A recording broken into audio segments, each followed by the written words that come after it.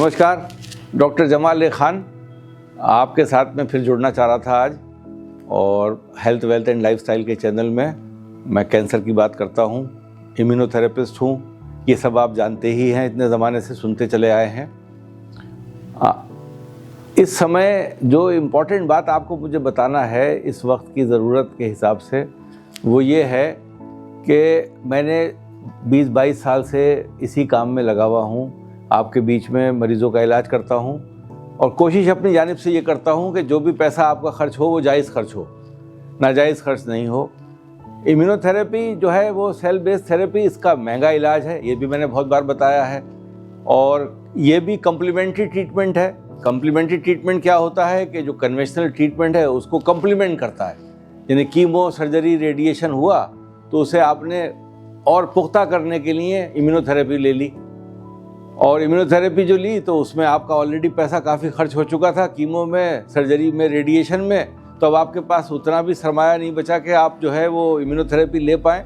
बहुत से मरीज़ों के लिए मुश्किल हो जाती है, बल्कि मैं ये कहूँगा कि बहुत से मरीज़ों के लिए मुश्किल घर से निकलना ही हो जाता है पहली बार में ही। कि जब हम इलाज कराने जा रहे हैं तो हमें पता नहीं होता है कि हम कहाँ तक खर्च करेंगे, क्या क्या खर्च करेंगे। आज की तारीख में मॉडर्न मेडिसिन्स में जांचें भी इतनी महंगी हो गई हैं कि लाखों रुपए जांचों में खर्च हो जाते हैं। और लाखों रुपए खर्च होने के बाद पता चलता है कि भाई ये बीमारी थी और ये है, तो अरे आप सब अभी तक आप जांच ही कर रहे थे, अरे अभी तो जांच ही हुई है। पता चला इंश्योरेंस भी 5 लाख की थी, उसमें भी खर्च हो गया आपका 3 लाख। अस्पताल में एडमिट कर दिया, 24 घंटे का ट्रीटमेंट था, 24 घंटे में जाँच होना थी, 3 दिन तक चलती रही। फिर आपको भेज दिया कि अभी कंप्लीट नहीं हुई है भाई, बायोप्सी की रिपोर्ट 8 दिन बाद आएगी, भाई अभी इसकी रिपोर्ट इतने दिन बाद आएगी।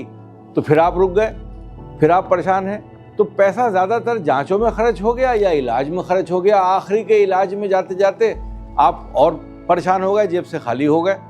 अब आपसे मैंने कहा कि भाई इम्यूनोथेरेपी करा लो, तो आपका क्या रास्ता होगा? आप खामोश हो जाएंगे। आपको लगेगा कि यार ये तो बहुत बस की बात है नहीं, और जिनके बस की बात है वो मेरे पास आएंगे नहीं, क्योंकि वो क्या है, उनके लिए ये नाखून के बराबर इलाज है। उनके लिए 4.5 लाख रुपए मायने नहीं रखता। पैसे वाले लोगों के लिए क्या मायने रखता है? जो दिल्ली में साहूकार लोग हैं, जो अच्छे माशाल्लाह हालत जिनकी अल्लाह ने दी है, वो इसलिए नहीं आएंगे कि उनको लगता है अरे ये सेल थेरेपी की बात कर रहे हैं। मैंने अपने डॉक्टर से पूछा था, उसने कहा 1 करोड़ में होती है ये तो। स्विट्जरलैंड चले जाओ, जर्मनी चले जाइए, वहाँ जाएंगे तो वहाँ पर इतने की मिलेगी। वो वहाँ भेजने की कोशिश करेगा आपको, क्योंकि उसको भी उसी में मुनाफा है। गेम है मुनाफे का, गेम है लॉस एंड प्रॉफिट स्टेटमेंट का। आपके लिए बीमारी है, दूसरे के लिए कारोबार है। यहाँ पर मामला खराब है। इस मामले को कैसे ठीक करें, इसके हल निकालने की कोशिश जिंदगी भर करता रहता हूँ मैं। कोशिश भी की, कामयाबी भी मिली, लेकिन फिर भी आज की तारीख में सबसे इंपॉर्टेंट काम यह है कि आपका कीमोथेरेपी में पैसा खर्च नहीं हो ज़्यादा।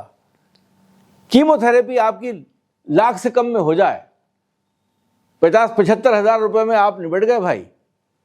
वो रास्ता चुनने की कोशिश कीजिए। मैंने वो रास्ता आपके लिए बनाया है। नर्सिंग होम भी दिल्ली गवर्नमेंट से रजिस्टर्ड है, और आप आएंगे, आपका इलाज वहाँ रजिस्टर्ड नर्सिंग होम में हम करेंगे।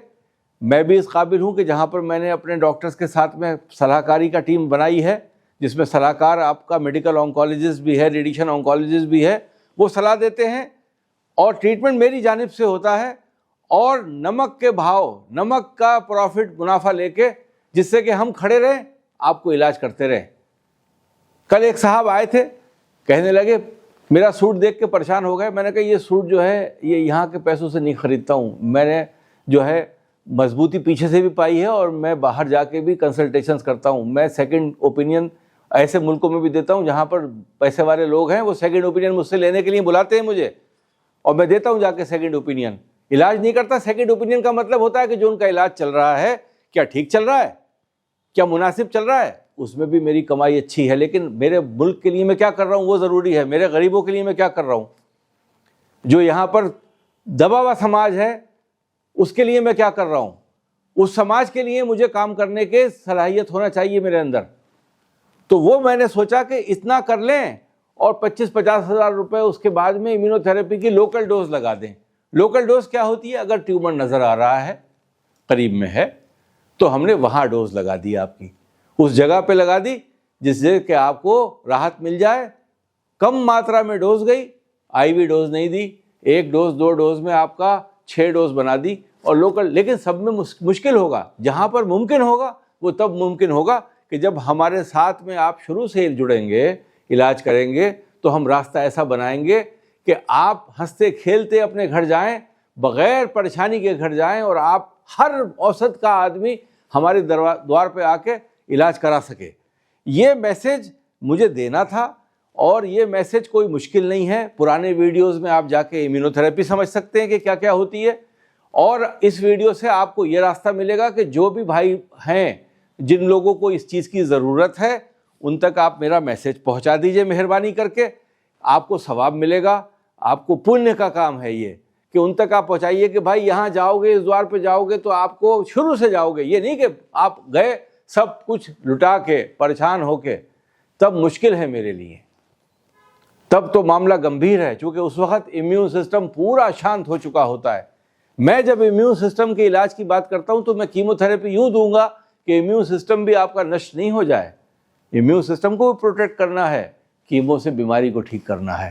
یہ 2 چیزوں کا مشرن اگر ہوگا تو آپ کو یقین مانیے پیسہ بچے گا، آپ کو اس بیماری سے غریب ہونے سے بچائے گی۔ یہ ہمارا جو راستہ ہے یہ آپ کو غریبی کی کگار پہ لے کر نہیں جائے گا۔ یہ چیز اگر کرنا ہے، چونکہ میں نے اوپر والے نے بہت عزت دی، بہت نام کمایا، پریشانیاں بے انتہا آئیں، لیکن اللہ نے صبح کو ہمت دی کہ اٹھ جا بیٹا، تیار ہو جا، آج کا دن بھی اچھا کرنے والا ہوں تیرا۔ اس امید پہ روز سوچ کے اٹھتا ہوں۔ یہ پچھلے زندگی گزار دی اسی کام میں نے سو کے اٹھتا ہوں تو اس امید پہ اٹھتا ہوں کہ آج کا دن اور اچھا اللہ کرے گا، جبکہ کل پریشانیاں بہت سی آئی تھیں، ان کو نپٹا کے میں نکل گیا، رات کو سو گیا۔ یہ امید پہ اٹھتا ہوں ڈیلی، اس لیے کہ میں کچھ کر سکوں آپ کے لیے جب تک زندہ ہوں، اور اس راستے کو کوئی جو اپنانا چاہے گا وہ بھی اپنائے۔ میں نے ہمیشہ ویلکم کیا ہے، ڈاکٹر بھی ماشاءاللہ ٹرینڈ ہو رہے ہیں، آپ ان لوگوں سے بھی صلاح کرتے ہیں، ہمارا ٹیم بھی مضبوط ہے، وہ لوگ بھی آپ کی کوشش میں، لیکن میں نے دیکھا بیچ میں گیپ آ گیا، تھوڑا سا آپ لوگوں سے میرا تھوڑا گیپ آ گیا، میں نے پورا نربھر ہونا شروع کر دیا ان پہ، مجھے بھی تھوڑا ریسٹ چاہیے تھا، لیکن جھٹکا لگا مجھے، آپ لوگوں نے مجھے چھوڑنا شروع کر دیا، مجھے افسوس ہوا، میں نے پھر اپنا نمبر پرساد کی طرح بانٹنا شروع کر دیا، کیونکہ فائدہ کیا ہے ایسی چیز سے جس میں کہ آپ لوگ جو ہیں دور ہوتے چلے جائیں۔ جب میرا خاتمہ ہو رہا ہے تو مجھے یہ رہے کہ میری زندگی پوری اچھی گزری، جس زندگی کو میں نے گزارا لاسٹ دن تک جب تک رہا میں نے خدمت کری، اس خدمت کے جذبے سے میں پیدا ہوا تھا، اسی خدمت کو جذبے سے مرنا چاہتا ہوں۔ تو پریشانیاں آئیں، آپ ہی لوگوں نے پریشانی دور کری، اس میں آپ بہت سے اچھے لوگ بھی بیٹھے ہیں جو پریشانی دور کر دیتے ہیں، کچھ لوگ پریشانی دے دیتے ہیں، وہ بھی ان کا بھی اللہ بھلا کرے، میں نے کسی کو کبھی برا بھلا کہا ہی نہیں، ان کی اپنی پریشانی رہی ہوگی، ہو سکتا ہے وہ پہچاننے میں غلطی کر گئے، کسی دن پہچان جائیں گے کہ نہ غلطی کری تھی ہم نے۔ کبھی کہیں سے نوٹس آ جاتا ہے، کبھی کہیں سے کچھ آ جاتا ہے، بلاوے آتے رہتے ہیں، ان کو سنبھالتے رہیے آپ۔ مریض زندہ ہیں، ٹھیک ہیں، ڈاکٹر نے چڑھا دیا، آنکولوجسٹ والے نے چڑھا دیا، ارے بھائی کہ تم نے کیا لے لیا، 1 سال پہلے علاج کیا، اب پریشانی شروع کر دی، ارے بھائی آپ نے ہمارا علاج غلط کیا تھا، ارے بھائی 1 سال پہلے آپ تو زندہ ہیں، کینسر میں تو لوگ 1 ہفتے کی دعا کرتے ہیں۔ جو سمجھتے ہیں مجھے وہ میرے دل کو جانتے ہیں۔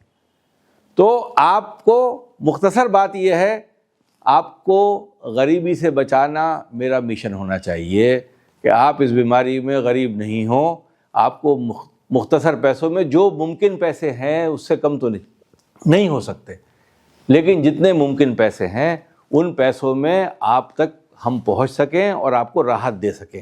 راحت دینے والے آج آیوشمان بھارت بھی ہے، انشورنسز بھی ہیں، لیکن آج بھی اتنا بڑا طبقہ ایسا ہے جس کے پاس کچھ بھی نہیں ہے، یا وہ آیوشمان بھی لٹا چکا ہے، اس کے پیسے بھی ختم ہو گئے اس میں بھی۔